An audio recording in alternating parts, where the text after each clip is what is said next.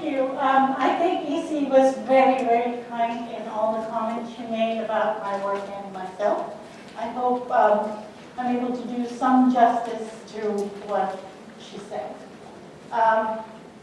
The work that I'm presenting right now is actually, I was telling her earlier, it comes out of a lot, when you go and do ethnography in various areas, what happens is there's so much else happening around you.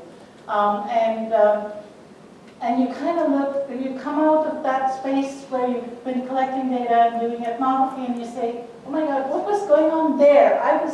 There was this peripheral sight thing happening. I was seeing this happening here. Do you think it connects to this? And it suddenly clicked for me over the summer that this was also so related to the increasing focus on healthcare and the service work that we get from the developing world countries and from various underprivileged populations all over even the United States and everywhere else. And it occurred to me that this was a way in which it was both an opportunity for people who had lost jobs because of the reconfiguration of the economy and increasing digitalization of everything, digital financialization of everything.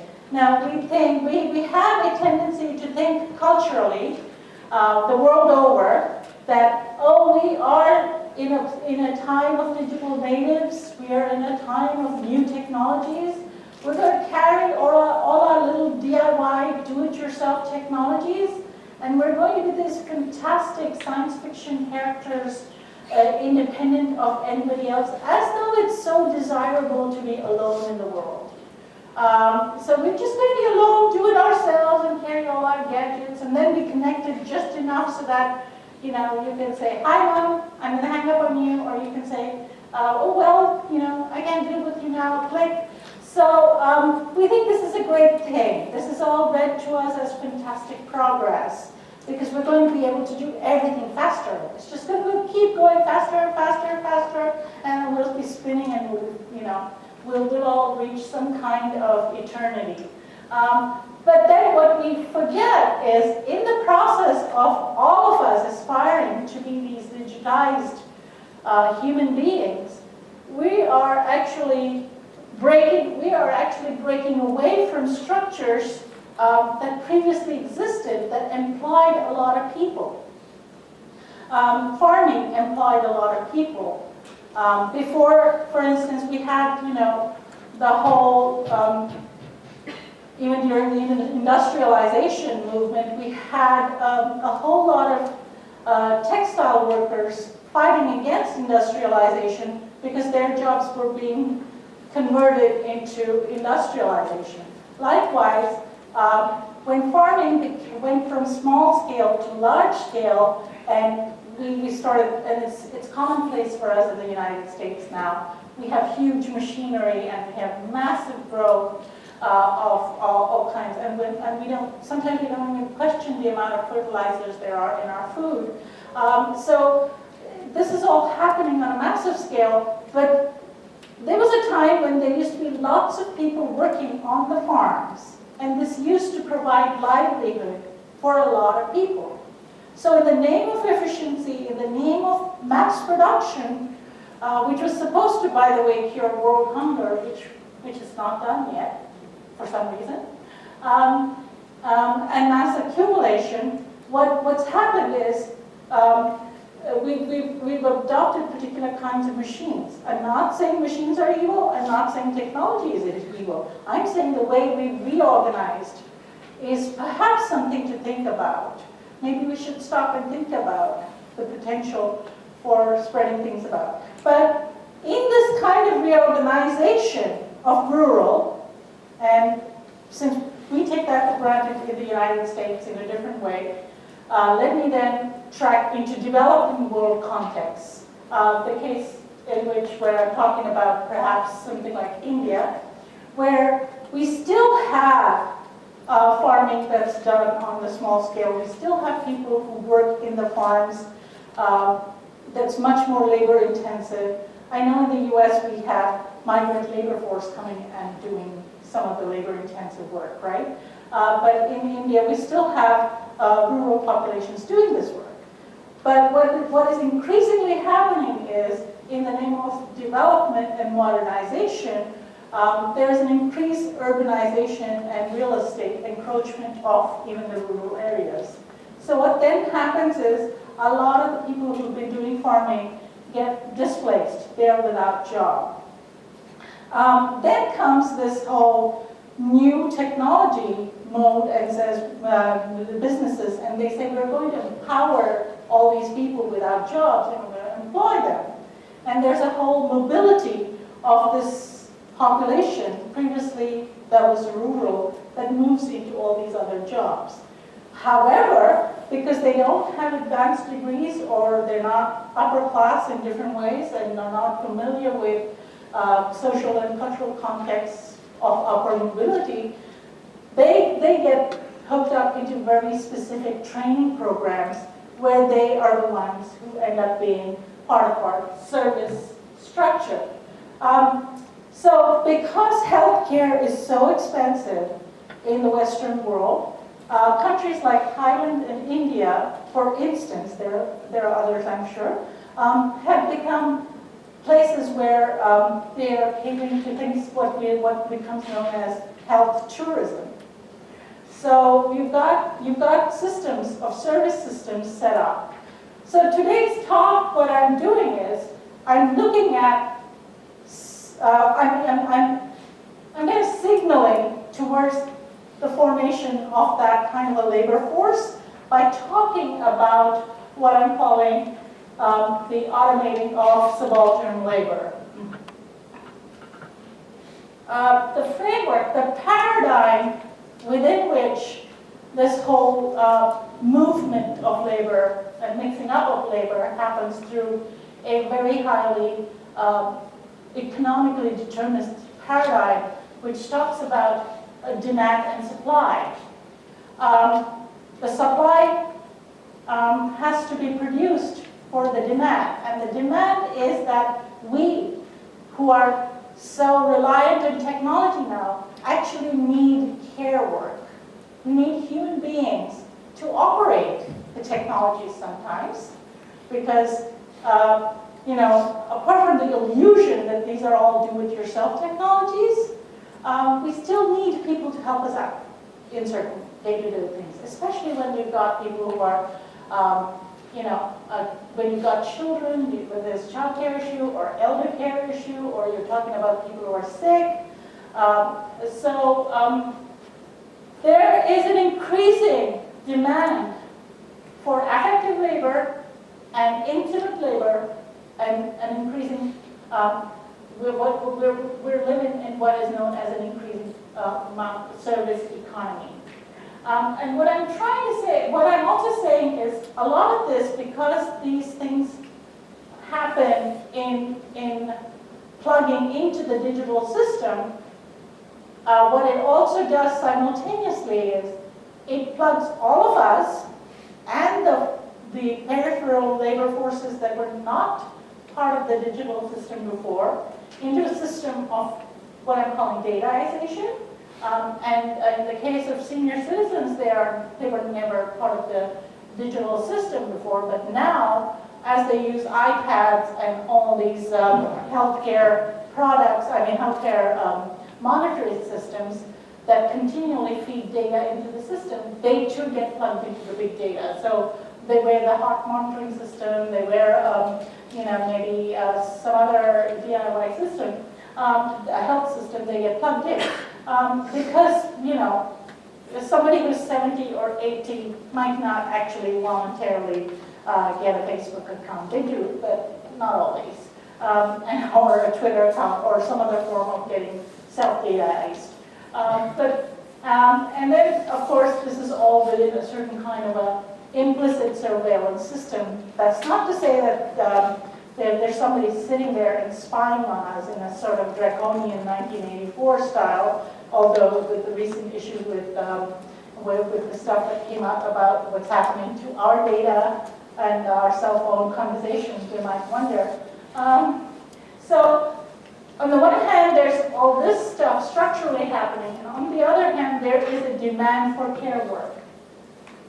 We're so self-driven and independent in everything, but we need all these other service work, okay? And that's where the demand for labor, for human labor, most often lies. This whole context then is in this study that I'm kind of doing and airing the work in progress with is based in my continuing work that examines do-it-yourself technologies of a wide range and what is also known as micro work. And I'm sure a lot of you are plugged into this micro work system by, you know, I don't know if anyone's tried to get mini employments, doing small little jobs to tech firms or doing small little jobs through something called Amazon Turk, Mechanical Turk, or you know, you've seen an ad that says we need you to do X thing and we'll pay you something. You know, they're all disjointed, small little points of work.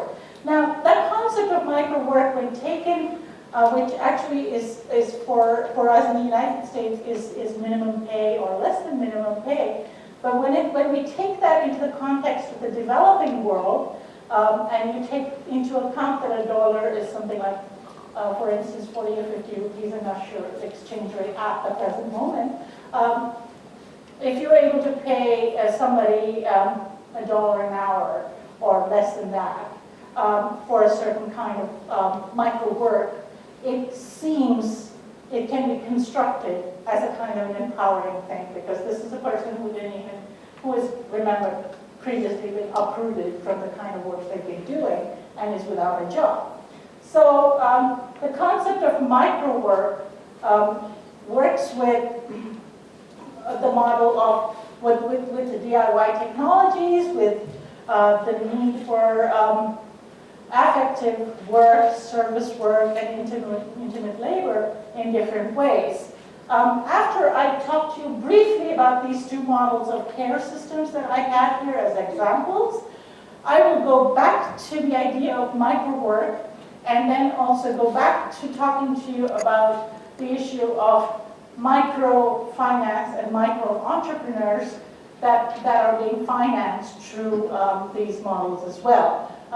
Which is what my most recent work and continuing work is also about. But I want to first look at show you these two models, which aren't explicitly showing you how the men and women who are brought in to do the micro work are trained, because that's something that we have to watch and try to understand in terms of how they transform from rural citizens to urban, or in different ways. But you can see a glimmer of how new technology is being used in care work, and how there is the discourse of these people are being empowered through these kinds of structures. Now, my intention is not to lay an absolute value judgment around this. What is happening is employment. But what we have to take it in the context of is the larger issue of what is happening, what has been happening in the last 30 to 50 years in our world. There has been a process of what Schumpeter would call a creative destruction, which he characterizes as something good, where previously existing, more stable community systems of support have been broken up, shattered in the name of innovation, and then now we're reconstructing community support structures through a reorganization of labor in a different sort of way. I'm not trying to point to new technology as evil or as a problem. I'm saying that we have a choice in how they're designed. The technologies that we have come out of particular kinds of design choices that have been made by communities and corporations. We are part of the corporation, so we can't say some other blind corporation out there is conspiring against us. So communities have made a choice to kind of somehow say that we prefer to be individualistic. But what this is an illusion of being individualistic, being isolated and connected. So the question is, are we indeed connected or are we disconnected? But I'm not saying that this is like we are disconnected and alienated. I'm saying that these same technologies have the potential to do different things than perhaps what's happening this way. So, and then this is all open to us to think about.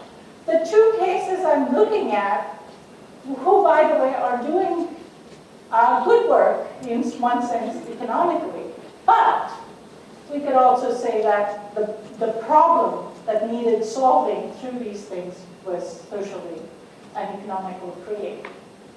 So one example of rural to urban migration are from lower class, and it is now being characterized as unskilled labor.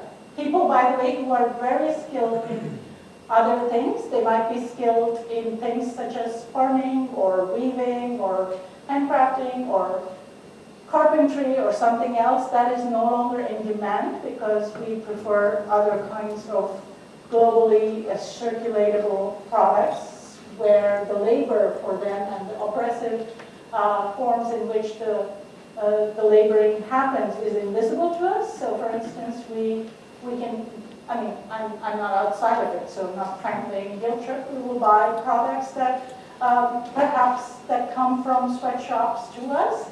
And perhaps say that, oh, that particular country has sweatshops, but we forget that that happens because we're part of a system that produces a particular kind of a labor requirement, a labor demand.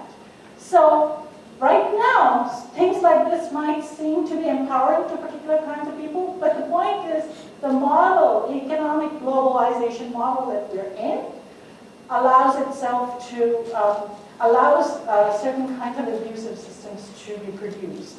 So I want you to think about that as you're looking at what they're doing in the websites. I probably could use this, but I don't know why I keep using this. Oops. Let's go back. I'll go back. Okay.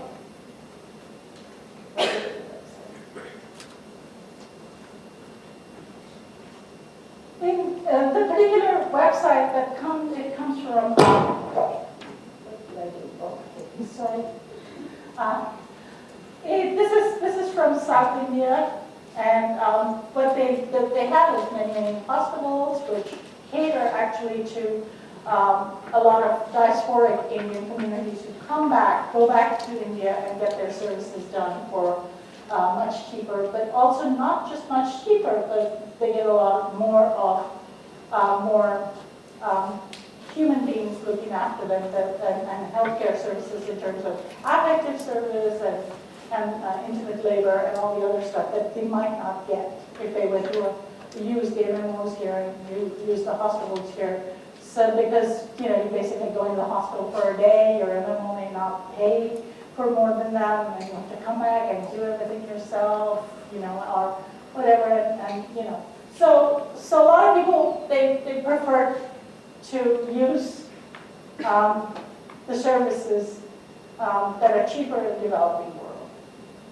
So they offer nursing services, physiotherapy at your home, companion care, and all these things that they offer usually are based in the training of mostly young women that come out of, come out of rural areas where they are they no longer have employment in those areas. And in a sense, what that does is makes that area available for further real estate encroachment and development in the name of progress, right? So these are all the services that are available. And let me go to the other one. That's more in terms of rural and working class people being trained in. So you would, in that kind of model. There's another model that actually employs a lot of young men and women, some of whom may have degrees from even the US and have made a decision to go back, or they have advanced degrees in psychology and other kinds of related health services degrees. So there's this system whereby the way in which they advertise this, and this is in English, so I might show you a bit of a clip. The way they advertise this is to people perhaps such as myself who live, who are immigrants into the US, but we have old parents or old relatives in India, as in you can be worry-free and you can hire us out. So there's a different kind of reformation of affective relationships and affective work being done that is often in the past and often done by family members, but there's a unraveling of the social structure because of various kinds of labor mobility and so I am, you can even see what they've said. I know they have videos here, so let me just, I think they might have something, let me see what they have here. She is my husband's aunt. She is an entrepreneurial assistant. When I was called for the daycare, she recognized me while she was embracing. She was one of the In here? She came out to the house and first thing was back. I'm sorry, that's right. I should have told you I can be in. She is my husband's aunt. Should I put the mic? She couldn't recognize anyone, she was aggressive, she was violent. She would get out of the house all the time. First it was panic dementia, that's what he said. But he also said she has Alzheimer's. She was at a stage where there was repetition, so there was loss in her short-term memory, there was confusion, she was agitated, there was some amount of hallucinations, her attention and concentration had gone down. She loves to have reason at home. She really looks forward to the visits. We play games, word games and number games. When she came, she would read a newspaper. She didn't read anything. Today she reads the newspaper every day. She spends at least an hour with the newspaper. She couldn't total 5 plus 3. Today she's able to do 3 digits. We play word games with Pishi because her language and comprehension abilities are intact. But she has issues in word retrieval or her naming memory is affected. She has put few alphabets here and I'm just trying to make some words. I have done near, N-E-A-R, ran, R-A-N, E-A-R. Pishi is Dr. Smriti Biswas. We all call her Pishi because it means boy. She is diagnosed with Alzheimer's and we are doing dementia care with her. She takes a really good care of me. She always does. Whether I'm alright, whether, I shouldn't say motherly feeling, but that kind of things that she's here to take care of. We worked with Pishi for about a year now, and we have achieved a kind of plateau in her behavior where her symptoms have stabilized. One of the key things that we have done with Pishi is structuring her day. So we have fixed a routine so that she knows that she has to get up at a certain time, have her lunch at a certain time, and read the newspaper at a certain time, and so on. The fun activities that we do with Pishi are music, videos, and Anyway, you get the point. Now, in this case, I don't want to say that it's the subaltern labor force. These are not subaltern labor force, but it's a restructuring of the family in a different way and catering to a large extent to the mobility of in this case, Indian upper classes, where a lot of the upper class highly educated populations are traveling. They're mobile, and a lot of them are also immigrants to the Western world. So it's also part of the restructuring of the labor forces worldwide, because it's like I said before, these issues are very real. They're not constructed by any means. They're also issues of labor mobility at different levels. And these kinds of requirements for services and the gaps are being taken up in different ways. The question, of course, is what is this going to lead to in different ways? I'm not going to go further into looking at that. So you have then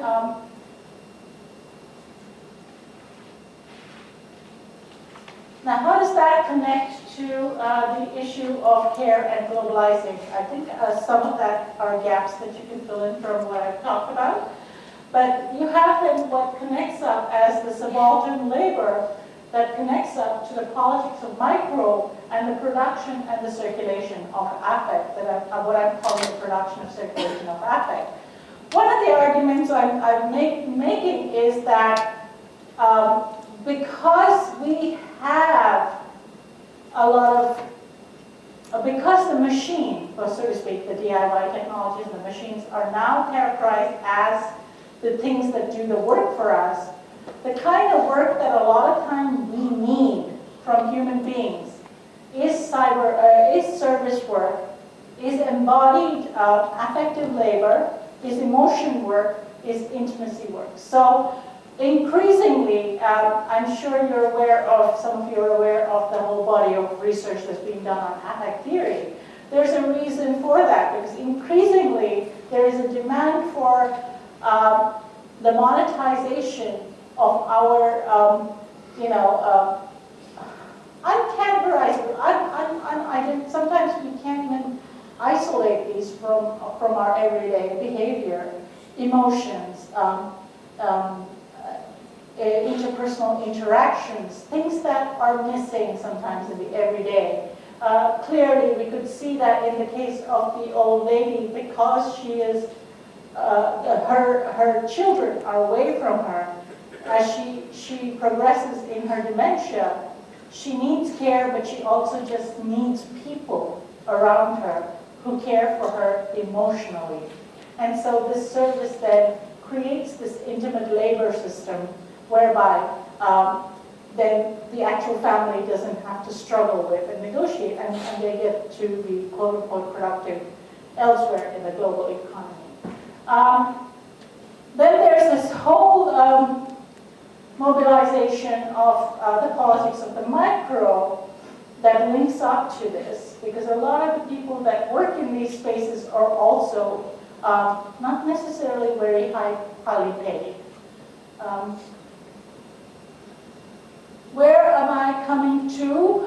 I'm going back to look at the theoretical framework for what I've been talking about so far as an example. Richard Sennett has been writing about in his work on the new capitalism, talks about how our lives are fragmented, and I think I kind of referred to this earlier in talking about rural to urban migration and urban real estate needs for progress and modernity. All this results in a fragmentation of people's lives and big institutions being fragmented to take care of small little things here, there, and everywhere. So increasingly, this is also what's happening all over the world. So while my case studies and my examples may come from the developing world, you will make connections from your lives, as I see some of you might already be, just based on the eye contact I'm getting, how this fragmenting is happening, and how we are fraught, we are in our daily life kind of struggling. I bet some of you are sitting there thinking, oh my God, I probably need to rush to the daycare to get my child, or I probably need to do this. And, so we're living in this fragmentation of our lives, but it's mostly not, as people would say, it's your choice to be individual, but because of the way in which increasingly, because we live in a digital structure, our lives are fragmented through the kinds of work that's being cut up and made micro. So the fragmenting of big institutions, perhaps the ownership may be invisible to us. It may be one ownership, but at least to us it appears fragmented. Results then in care concerns about how we, where we are in the world, manage our short-term relationships and ourselves while we migrate from task to task, job to job, place to place. This is what some of this service work and the health care support structures are trying to, sell to us. Is you're rushing from this, and this, so you can't look after your old parent. You need this kind of service. You probably should pay this person for $5 an hour or something of that sort.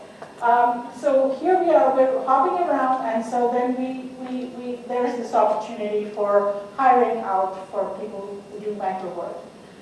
We're also, at the same time as we're hopping from job to job, we're also constantly upgrading our skills because we don't know what tomorrow's economy is going to look like.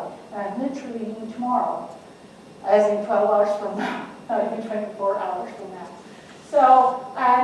So you're like, okay, I have my iPhone 5 and I know how to use this app and that app, but so-and-so told me about this other app that's going to connect me up to all these job opportunities. I'm going to get that. So let's get further in depth, get all the little technologies, and then get connected up because we don't know what's going to be expected. So how to mine the potential abilities as our realities and demands shift on a day-to-day basis. Now what that leads to is an emphasis on the day-to-day and an emphasis on future-mindedness as a survival, not as a selfish decision, because we don't have a moment to stop and think and decide, but if it's really our survival. And then in order to work for corporations and for other workplaces that we're constantly reskilling ourselves into, we actually have to quickly forget that we had a past. Because if you trained as a writer for 10 years, you might end up doing copywriting work for an advertisement firm, and then you might then be hired for something else, and then you might be hired to tweet for the company.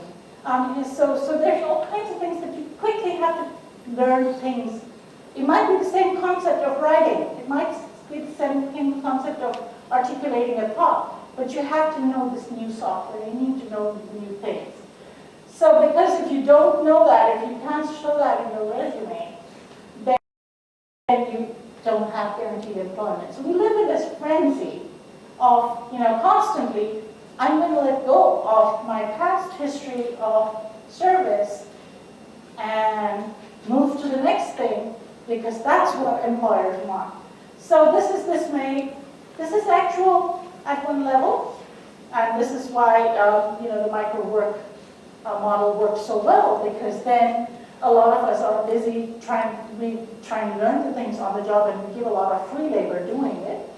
But it also then leads to that kind of dispersal where we are in need of the affective labor and affective service and intimate labor of the other sort, where we need these gaps to be filled in different ways. So the basic thing is that we are training ourselves into a mode of further consumer in the name of further training. So the irony is oh, if I don't have the latest, version of the map, then I don't know what the latest OS does.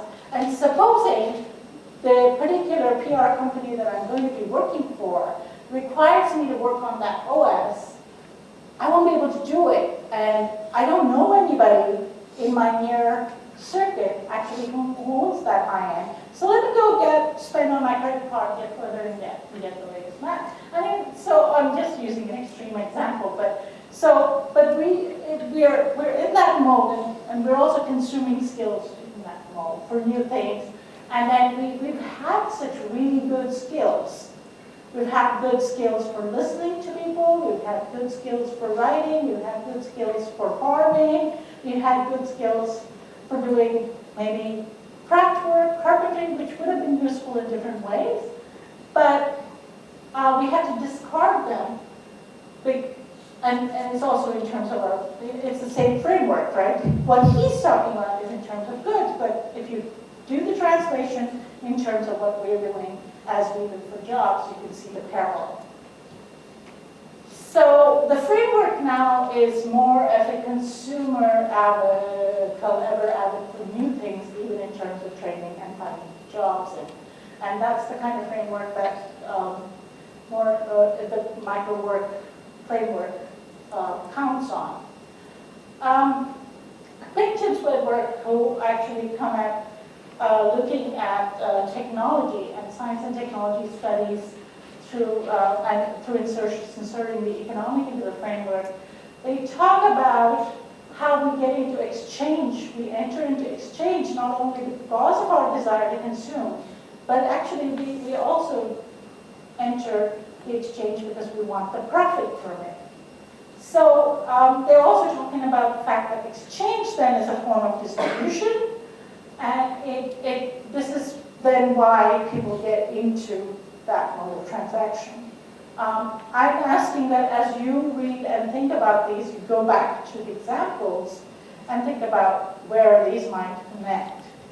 So then when you think about care, and it's no longer care as a particular kind of exchange or care as interpersonal exchange, but it's actually, it becomes a care as transaction, a care as exchange in a particular way of thinking, then what we find is that we are coding certain kinds of emotions and affect into calculation of market exchange, because that's what's necessary if you are going to pay someone to look after somebody in a particular way. And how do you then perform a what do you call a employee performance evaluation for somebody who's caring for somebody who's suffering from dementia? You need a checklist. You need to code these particular tasks that are actually tasks associated with emotion and affect in particular ways, and you have to make it marketable, monetize them. And so you code the affect into market exchange and reciprocity. So what does this mean for care work? We need care systems that are efficient, replicable, machine care providers. That's where I'm talking about machining. HD, just tell me if I'm running out of time. If you give me the podium, I'll talk forever. Okay. So what does it mean? I mean, when we talk about best practices and replicability and machine care, then we forget about the fact that contexts are very specific. Things happen, and when I'm trained to look after somebody in a particular way, I need to train the person I'm looking after to fit my framework, because I'm going to be evaluated on the system on a checklist. So I'm going to go there and look after this person who's sick, but I have to train that person to work within the system, which is the system based on the checklist that's going to evaluate me. So affective interactions and emotional transactions and care work then get standardized.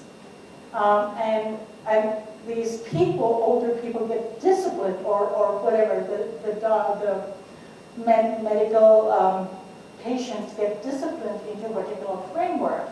And there's potential for different kinds of abuse in that, of course, but it's a system, right? So my hope. And I'm not going to elaborate on that, but I think a lot of people know what I'm talking about.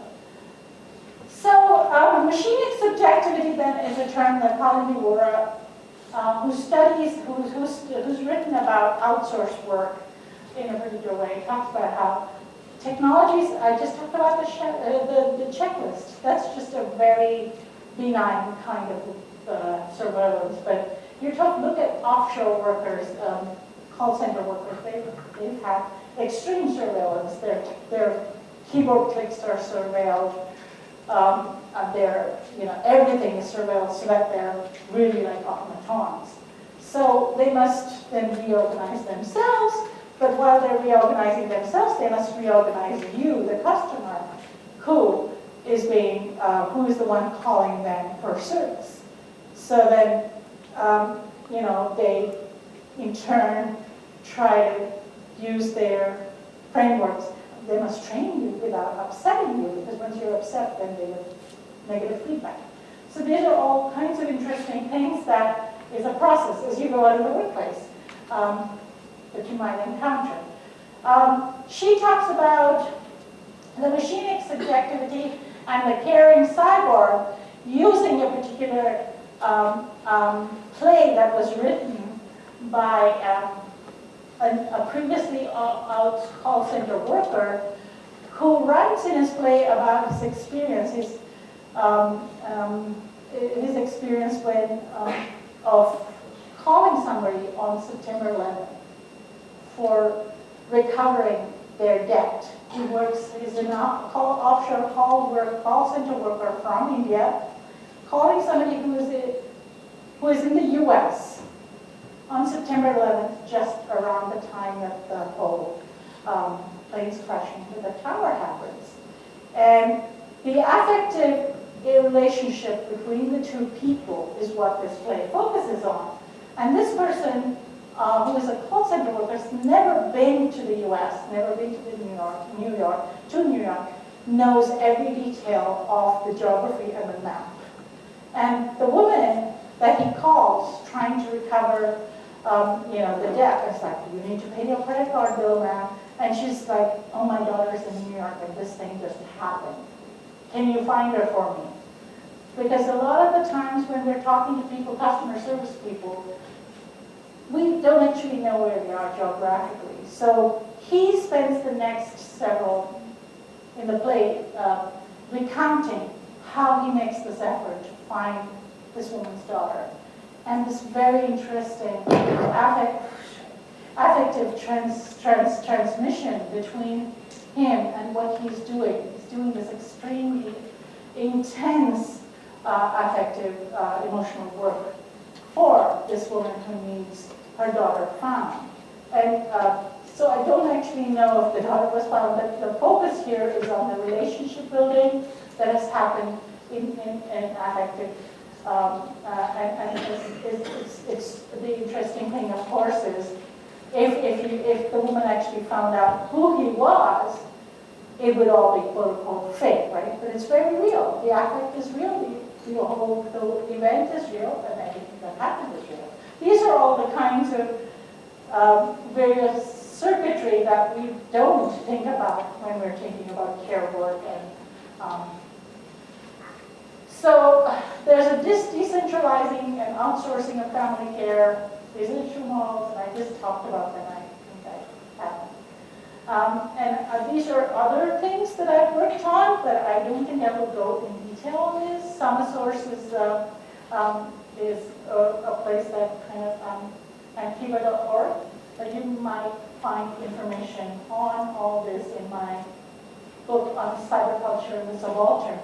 But I think you have enough to think about right now. Thank you.